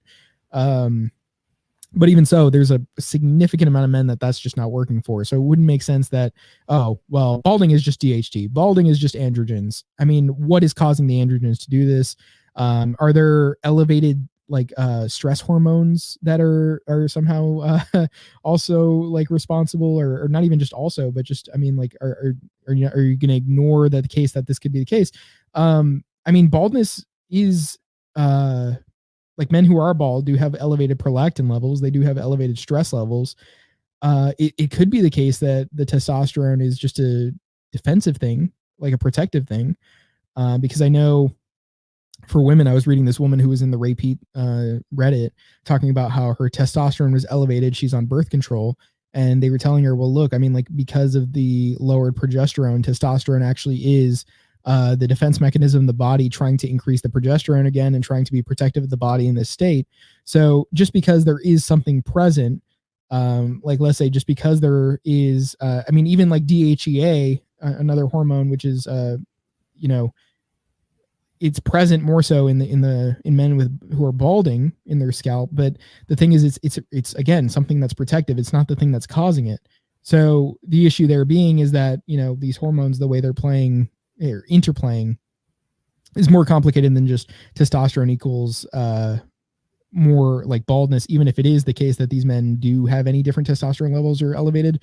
Now, my question at that point would be, why is it the case that if they restrict the DHT levels and face impotence, like, why would they be facing sexual dysfunction if their DHT levels were just so high that they needed to lower them, right? Like, how would it be the case that, you know, you shut off like a certain amount of the production just so that you can alleviate it? I mean, obviously men still need DHT. So, I mean, you can't, like, you shouldn't be getting rid of all of it. But, you know, if it's the case that you just need to get rid of some, why would they be dealing with impotence when it's the case that, hey, I mean, it's like you somehow simultaneously, the androgens are causing you like baldness, but they're also not causing like these erections to be maintained. So it's kind of weird that would even be the case. I mean, if you look at the composition, the body composition of bald men, it's not like all of them are just these like muscular guys anyway. So are you telling me it's also the case that these incredibly unhealthy looking men are also just really elevated in DHT? Like, they just also have these significant androgen levels, when these men will obviously have more prolactin, more estrogen, have more issues like that. And also the problem is, like, this can be seen as an issue of oxidative stress, right? So, I mean, men that don't have proper thyroid function, and I do think, like, in a couple ways, thyroid function just is what you can look to. I mean, in a lot of ways, you can look to it as a problem, like with when there are problems within the body, you can look to it. But the oxidative stress, what? The magic bullet. Right. The oxidative stress being caused by lack of thyroid function, a higher TSH, because TSH will cause oxidative stress. It would make sense that these levels would be elevated. You'd be running on stress, and thus, you know, if you are to be somebody that is in that state and you're bald, it kind of makes sense that, hey, it's almost as if you're aging rapidly. And this is also the case that Danny Roddy mentions when it comes to a problem of seed oils. Like, PUFAs are causing, and it's not just seed oils, but it's PUFAs, you know, generally in the diet, they're causing an increased aging, like a rapid aging, which is actually what's causing men to become bald. And so, and I know, like, another reason it could be is something Saladino pointed out when I watched his video about it, nutrient deficiencies as well, which is a lot more common than it used to be. And so, I mean, like, and one of the things he mentions is like curcumin, like blocking nutrient absorption, and like phytic acid, preventing the absorption of zinc. And so the question then there is like, okay, well, a lot of men are dealing with baldness seemingly at earlier ages now. Are you telling me they have elevated DHT levels? And also, you know, when it's the case that, like, there's all these plastics in the environment, testosterone levels actually are lower. It doesn't seem like androgens would actually be responsible for it when you look at how it really can't be linked, like, even in a matter of correlation, I suppose you could say, when it comes to the levels men are facing today versus what they should be. And so how is it the case that men had a lot healthier hormones before? They weren't dealing with these same problems. Yet all these other things which would point to somebody being bald because of the rapid aging are actually present today, and men are more bald than they ever have been, pretty much, from the looks of it. Because, I mean, again, it's like people shouldn't be balding at these young ages like they are now. I was going to say, because you mentioned something that kind of reminded me of it. I don't remember who it was, and I don't remember the context, but it might have actually been when Saladino was interviewing that one guy about the baldness, but or it might have been when he was interviewing Georgie. But he brought up the point of the idea of X thing being bad or associated with this negative health effect being like having a fire in your house, and then the firemen show up, and then you show up and see the firemen there, and you're like, oh, well, the fireman must have caused the fire, like that kind of thing, which seems to be very common in the medical industry or like field of academics. They kind of just pin the first thing they see as like, well, we see this when this happened, so that must mean it's the cause, when there's not even really any evidence for that to begin with. Yeah, exactly. It's like cholesterol being blamed for cardiovascular incidents when cholesterol is elevated, but it's not the thing actually blocking the arteries. Yeah, that might have actually been the context that I was thinking of. I just can't remember it off the top of my head. It's been a while since I've done a deep dive on all this stuff. But yeah, that's the other thing too. Like, it's almost, I was telling my friend about this too, because he's going into med school. It's almost, and he's also dealing with he's like worried about like his hairline and stuff. But it seems like there's just this level of trust the authorities, but like then the authorities, they don't even know what they're talking about. They're kind of just saying, well, we see this here, so that must mean it's there. But like, there's never any attempt to prove it in any way, shape, or form. And then anybody that would go against it would be laughed out of the classroom or laughed out of the academic field or whatever, because you're daring to question it, something that's been accepted. But why is it accepted to begin with in the first place? Yeah, and I mean, it's seen as like, oh, you need to use finasteride or minoxidil or however you say it, or is it midoxanil? I forgot how it said. But anyway, you need to use these drugs in order to reverse your hair loss or prevent it from happening more so. When, there are actually who things would benefit from that. Yeah, I wonder who would benefit from that. There are things which will help your hair or even bring it to the state in which it should be, which are, I mean, from the looks of it, clearly being ignored. I mean, I guess it's part of the idea that they don't want to, make saturated fat actually seem better than they're trying to make it out to be. You can use stearic acid to protect. It was protect the hair shaft from water. I know like lauric acid, like coconut oil, will actually be preventing like protein damage in the hair. I know like, in the stearic acid one, I actually found out like there was like an Indian study, the first thing that they're good for. There was this guy who was like rubbing tallow, or no, he wasn't tallow. He was rubbing, if anything, lard, which doesn't even have as much stearic acid, but you could use tallow and probably see better results. But he was rubbing lard on his hair, and he found that it had even better effects than the finasteride. I think the finasteride was the one he was using. It was one of the drugs, but he found that the lard had actually had far more significant effects in a period of time, and actually did give him his hair back. And so, and not just that, I guess there's a lot of other examples of things that can help the hair, like blue, the scalp wash actually has been said by people to help them with hair loss. And it makes sense because balding can also be a result of, I mean, if anything, if you have oxidative stress, this would make sense, but a constant inflammation of the scalp, right? So, your body is trying to deal with it, and thus, you're not it's not promoting as much hair growth because it really can't deal with that. It's trying to deal with other things. So you obviously have those problems, right?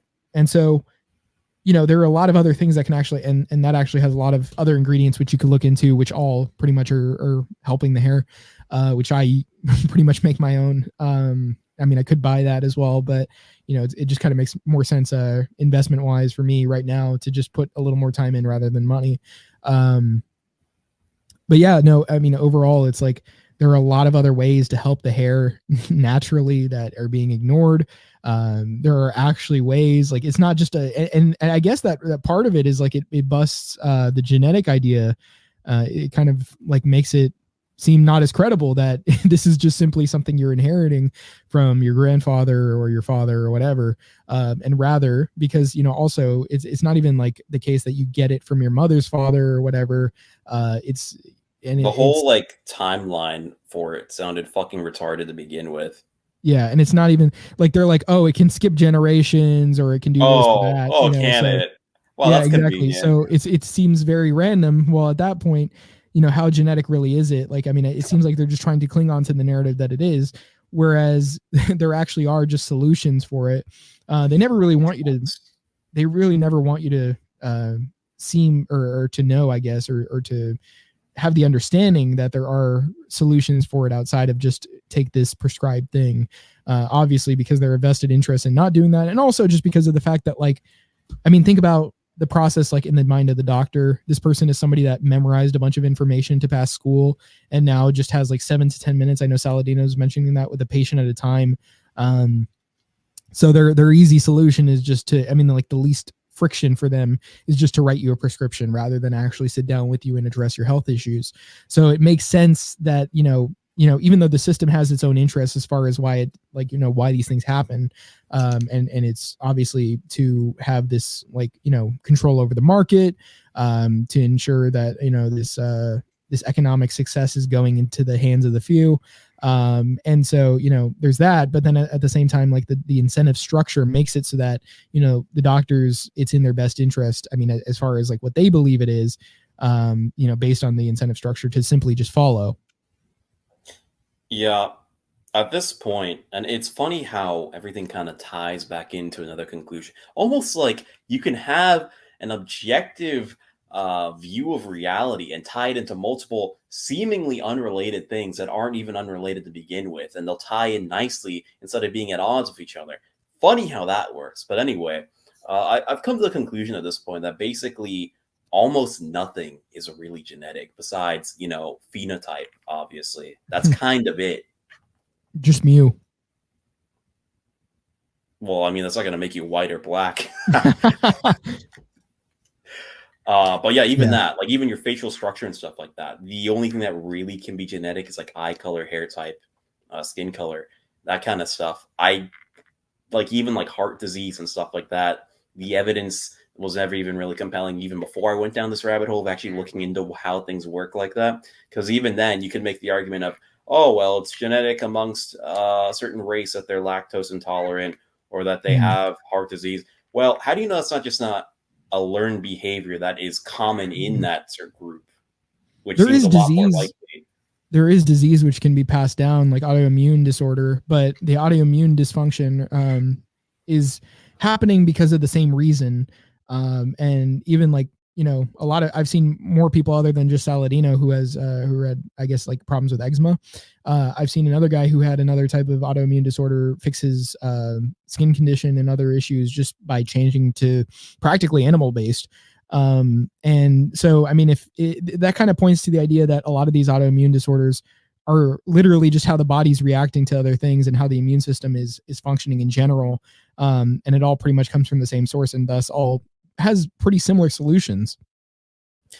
Yeah, I was going to say, even if you do find something where it's like you're maybe genetically predisposed to having an issue with X thing, even then you can still change it and or it'll get worse based on the lifestyle and diet you adopt. Right. So even then, it's not entirely genetic at that point. It's more environmental than anything, really. Yeah. But they don't want you to know that. They don't. The liberal media. The liberal media. See, they don't want you to know that. The liberal media doesn't want you to know this. But you can actually body mod yourself to completion.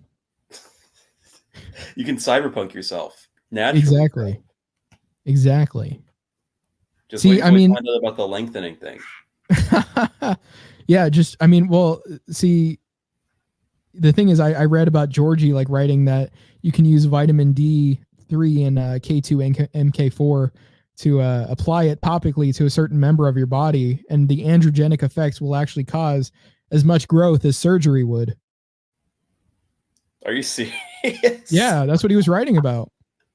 You know what I bought from Georgie after reading that article from Idea Labs? I bought D3 and K2 MK4. Wait, where do you find that dietary wise? So K2, I don't necessarily D3 is know. like eggs and milk, isn't it? Yeah, but you also get a lot from going outside. Yeah, I figured.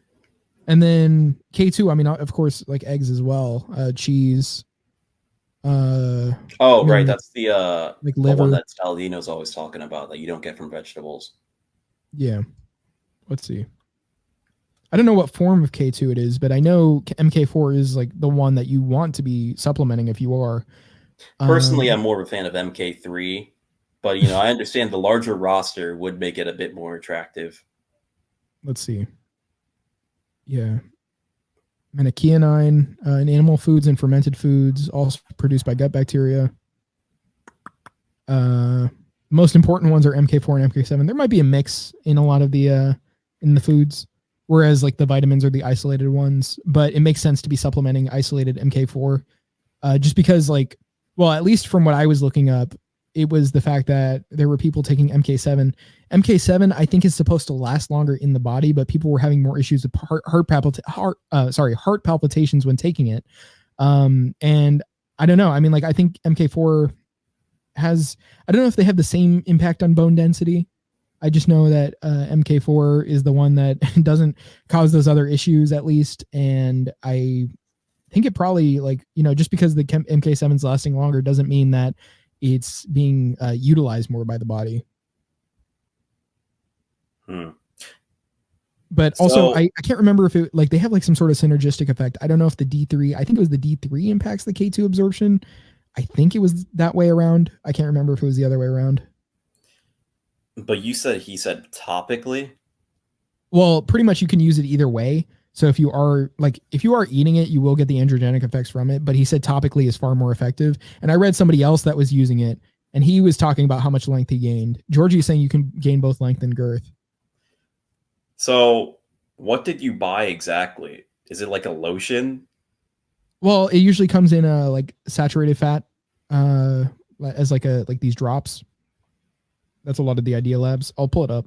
So you put droplets on Yeah, I mean, do you have to I don't have them yet. In the skin and yeah, well, you got to rub it in. You got to rub it in. You got to give it a good rub. A rub and tug. Yeah, well, I don't think you have to tug. Let's see. He sells a lot of good stuff on here, like allopregnanolone. So pretty much what you'd get from supplementing endogenous progesterone. He just sells the straight up LOP. Let me see. I'll just start putting up Idea Labs on here. Here you go, Georgie. Here you get an ad spot despite not paying us. Shit. Maybe he'll see it and want to join. Yeah. Let's see. So LOP. Can't remember which one was the precursor because there was one. I think was it the Pankian? I can't remember. I think it might have been this one. It was like a precursor to DHT. So if anything, you could take that and that would have a really androgenic effect. I can't remember if it was androsterone or panquinone. Androsterone definitely sounds like it is that. Well, yeah, that makes sense. But let me see. Okay. I don't know if I'm going to find straight. Oh, yeah. Okay. So, yeah, because androsterone is an efficient precursor of DHT, a moderate production rate might produce a considerable physiological effect. Yeah. So this is it. I don't know what the panquinone was. Let's see. Sounds like some pasta dish. Panquinone.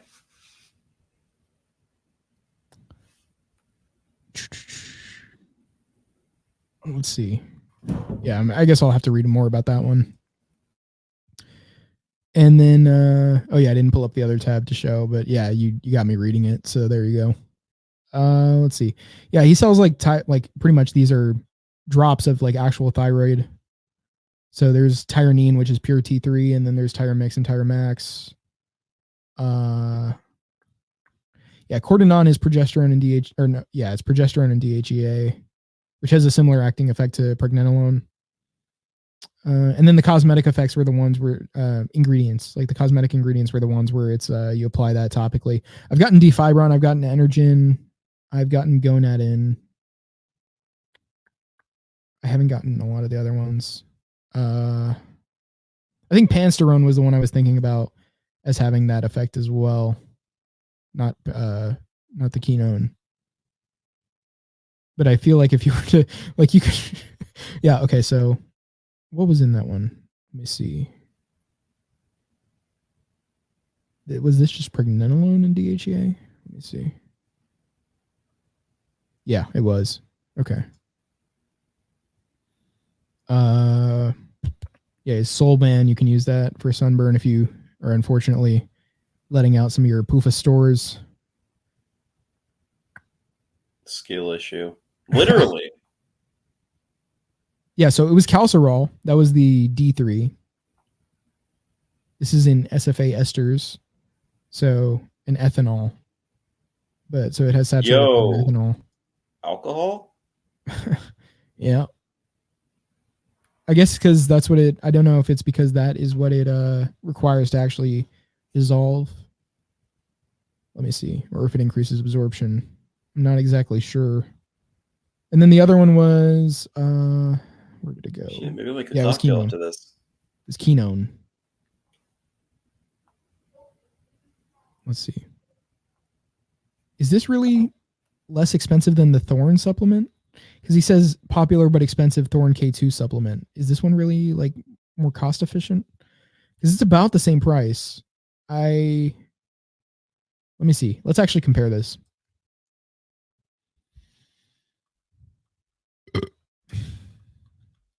Thorn Vitamin K2.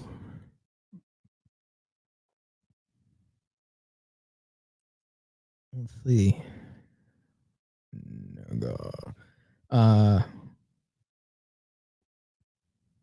Does it show the price on here? Oh, damn. $72 for 1,200 drops. But how many milligrams does that come with?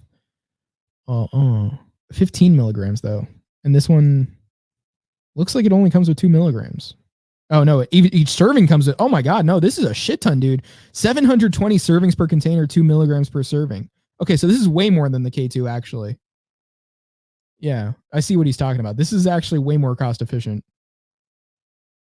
Because I was supplementing using, and the other one I don't like. I like the Idealab squirt bottles because they're bottles that like it comes with is a lot easier to get the stuff out of. The Thorn one is like far harder to remove from. So I might just switch to this even for the oral use that I use because I take it when I take aspirin.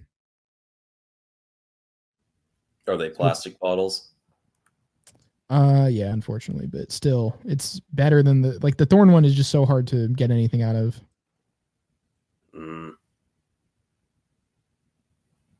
It's like this thick white material, which is still like a plastic, but it's, I don't know. I would take it that it doesn't leach too much. The Peters are aware of the microplastic stuff, right? Yeah. You know, apparently it was men going in for surgery for, I think it was because of erectile dysfunction. Apparently they're finding that they have microplastics in their penis, in their peni, in the penis tissue of these men. Were they using a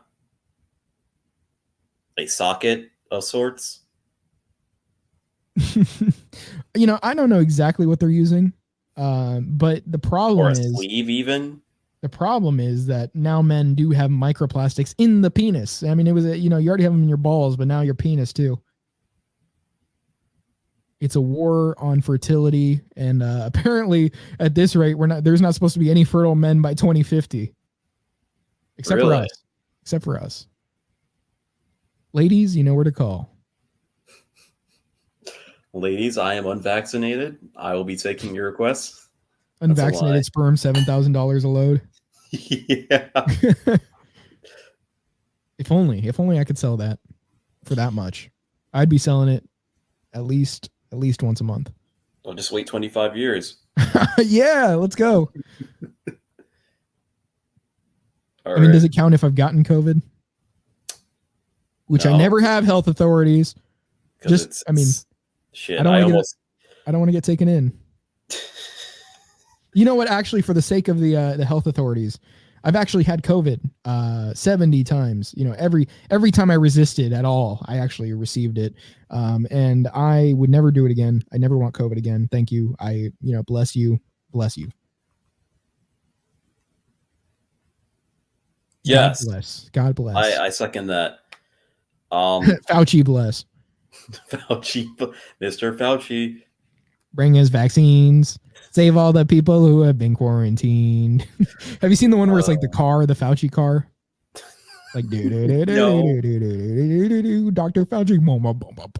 You haven't seen that? No. Let's see. See if I can find it. Fauci car. It's such a great video. Oh yeah, there we go. Okay. You have to see this, man. You can't go without seeing this. Oops. Let's see.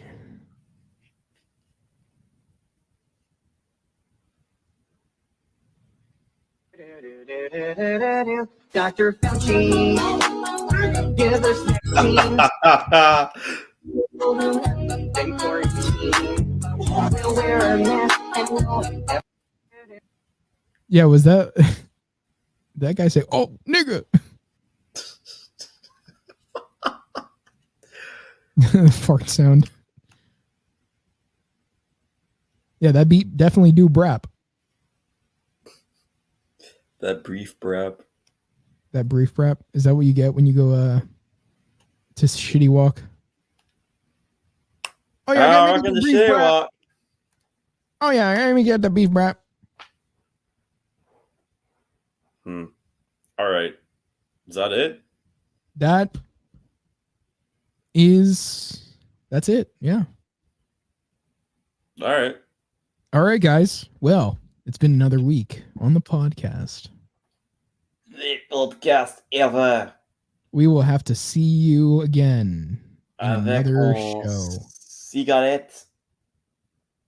Oh, no, tell us what you want. Tell us what you need. We'll be the people to supply. Keep drinking your milk. Yes. We'll see you guys later. Amen.